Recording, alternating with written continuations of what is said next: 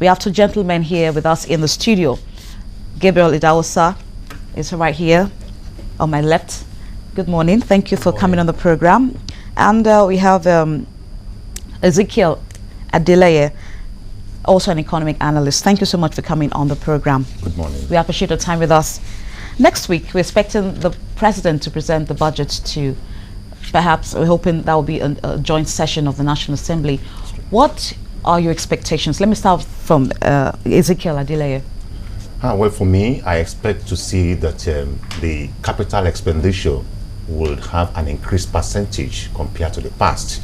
Because in the past, we've been having a large chunk of the budget being devoted to the recurrent expenditure, which has not been allowing the economy to grow as it ought to be.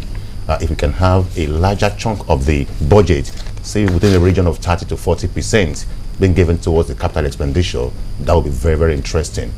Secondly, I expect to see an increased budget being given towards education, towards agriculture, as well as towards the election, which will take care of what will happen in 2015. If all these areas are taken care of, then I'm sure, as usual, we'll have a large chunk again being given towards security, being what is happening in the northeastern part of the country. Now, let me get to Gabriel.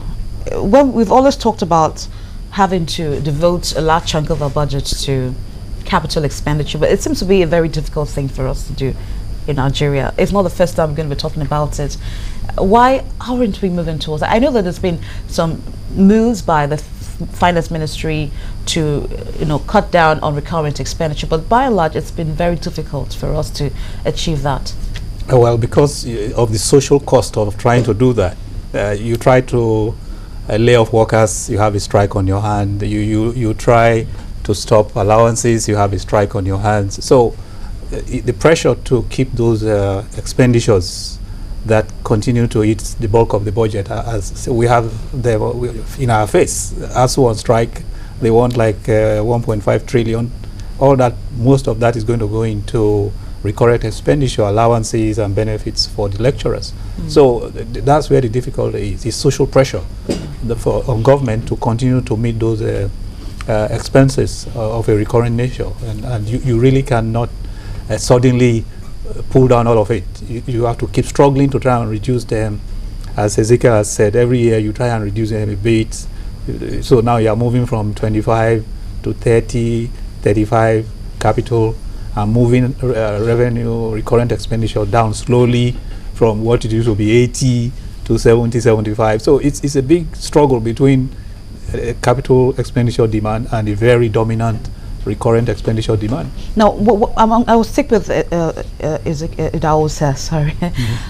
When we look at stories about some money's missing, yesterday we got the report that 500 billion naira missing in the Shore P program.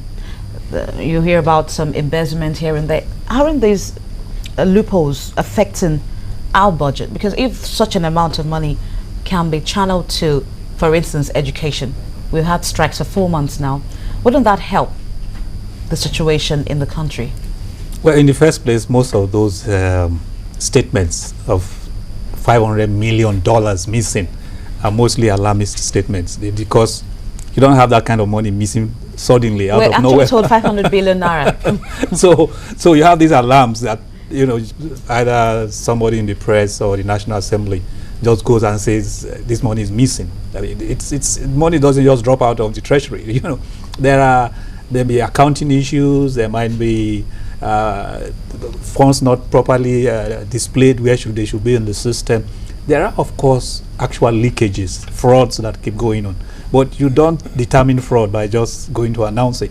There is a process of investigation. But we do admit that there are leakages. There are leakages all the time.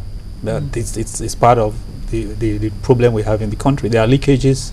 There are structured leakages, so to say, where you create opportunity for people to just take money. They want to travel.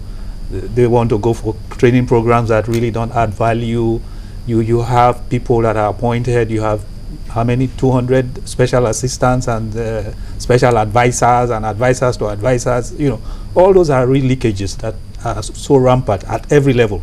Federal, state, local governments, they have special assistant, advisor to special assistant, personal assistant. Those are leakages that should not exist. you can actually cut the Federal Executive Council by 50%. You can have 20 ministers do the job that 45 ministers are doing. So these are real leakages that are there that you can take out. Okay, let me ask Ezekiel, who should be at the brunt if at all we're going to make adjustments in our budgets? Who should be at the brunt? It just mentioned that perhaps you have to reduce the cabinet ministers and have to cut down on your special advisors. But by and large, who bears the brunt of all of this? The leadership matters when you want to reduce your recurrent expenditure.